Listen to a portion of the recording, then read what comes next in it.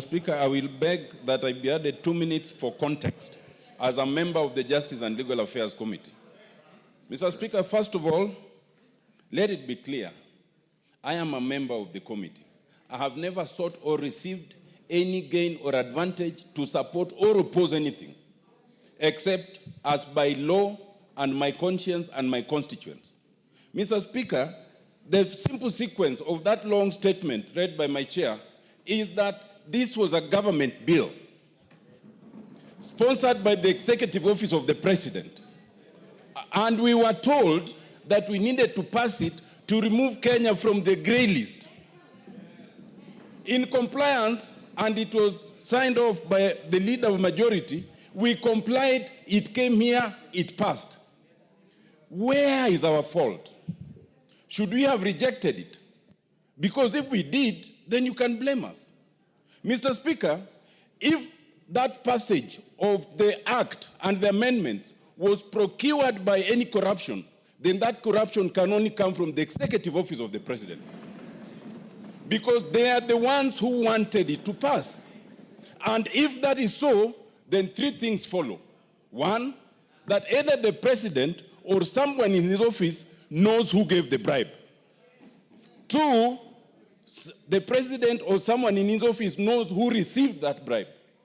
And three, they know why it was given, because obviously it could not have been for passage. It's even more annoying that it is alleged that some 10 million was given. Do you know 10 million to give the members, that's 28,000. So it's being alleged that members of this house are cheap as 28,000 to pass a law. It's even more annoying. Mr. Speaker, some of us have reputations and careers beyond this house. So when you attend a forum where for the first time in a PG, live TV has been invited, and then you are being accused of that kind of thing, it is so insulting, it is so demeaning, it is so unfortunate.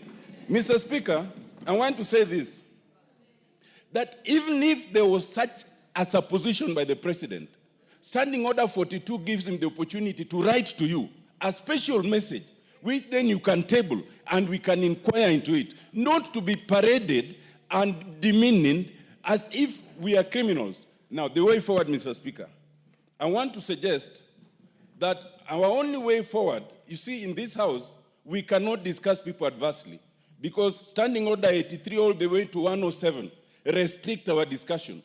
But for us, unfortunately, no one protects us out there. All sorts of allegations are made against you and you must just sit and listen. Our only ventilation is Standing Order 191.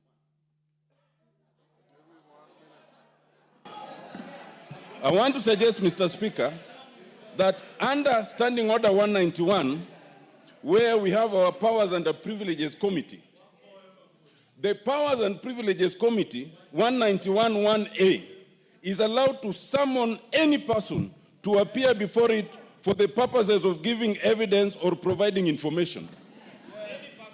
This house has been called a house of extortion. This house has been called a corrupt house. This house has been alleged to have received some 10 million.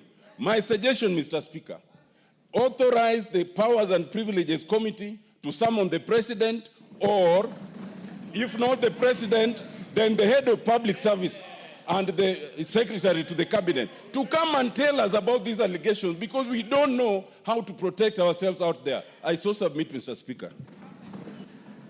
Yes. Dr. Bukose.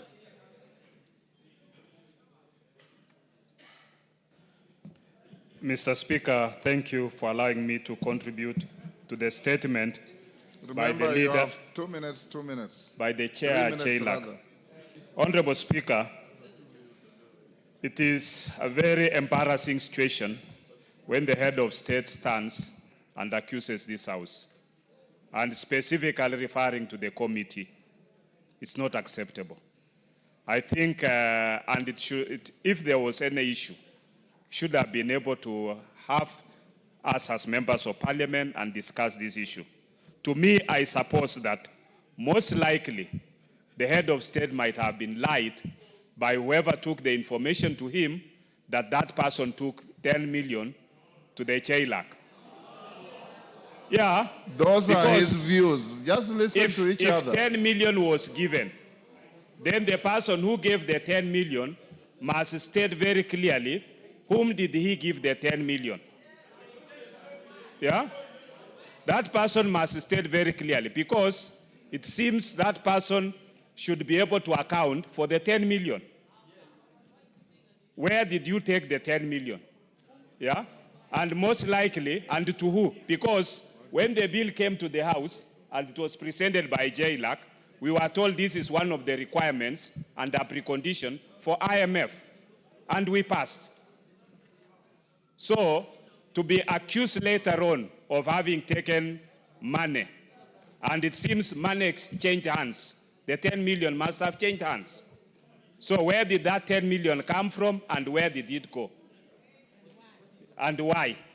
Because any bill that comes here and is a government bill is sponsored by majority, and more often, because we now have a bipartisan kind of agreement within this House under the broad-based government.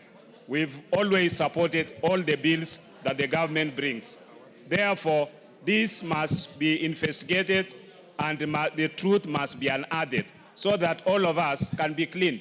Because when we go out there, people are looking at us as thieves, as extortionists, and that is not right. We have reputations to protect, we have families to look at us, and we have friends who should not be suspicious of our activities. Thank you, Honorable Speaker. Zamzam. Mheshimiwa Spika, wajua fisi akitaka kumla mwanawe usema ananuka mbuzi, Mheshimiwa Spika. Na Mheshimiwa Spika, inasikitisha sana. Bunge hili ndio limeshika Kenya kwa mkono, Mheshimiwa Spika. Tumepitisha bills nyingi sana zao, hata hii ya money laundering. Mimi nilikuwa against kwa sababu najua kuna watu ambao wamekuwa targeted, Mheshimiwa Spika, ambao ni wa real estate. Na hatukuwahi kufuatwa na mtu yoyote kuhongwa chochote, Mheshimiwa Spika.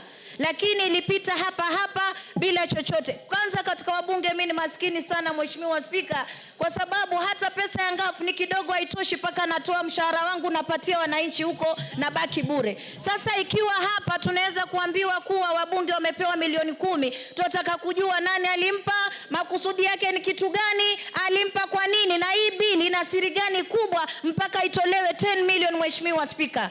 Mimi Mheshimiwa Spika nataka kusema sasa hili bunge tutatoa majembe yetu store, turegeshe kama tulivyokuwa pale mwanzo, ndio sauti zetu zitasikika, Mheshimiwa Spika. Haiwezekani wabunge wanahangaika, wanateseka, hawana pesa. Alafu hata hii mambo ya CDF, mimi sijui kwa nini hapa tuliwapa county government 485 billion, Mheshimiwa Spika. Sijui kwa nini haiwatoshi, wanakimbilia 54 billion ya hili bunge, Mheshimiwa Spika, wakati hatuoni kazi zao kule mashinani. Sisi tunasema bunge hili litasimama, na ikibidi wanataka tutoe devolution, basi tutaitoa devolution ibaki kama ilivyokuwa zamani, kwa sababu wanabunge hawezi kuanyanyaswa kiasi hichi, Mheshimiwa Spika, mpaka kwenye televisheni wanaitwa wezi, wanaitwa extortionist, wakati ambapo mimi mama Mombasa najiangalia sina chochote, Mheshimiwa Spika. Hata ukienda kuangalia akaunti zangu wenyewe watashangaa. Leo Mombasa nikaambiwe mama Zamzam, nyinyi ndio mmeiba pesa, nyinyi ndio extortionist, nyinyi ndio nini. Siwezi kubali, Mheshimiwa Spika. Kama mtu anataka kwenda chini na sisi, mimi nitaenda naye chini. Asante sana, Mheshimiwa Spika.